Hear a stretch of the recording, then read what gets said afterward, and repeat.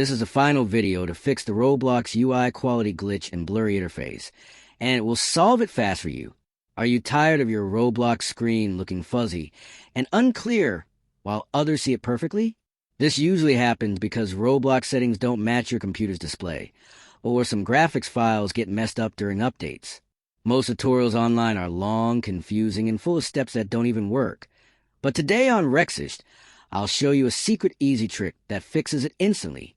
All you need is a quick adjustment in Roblox graphics, settings combined with a simple cache reset, and your interface will be sharp again without complicated software or long waits. If you want to make a full step-by-step tutorial, comment below, and I'll guide you through every single move so your Roblox UI looks perfect every time.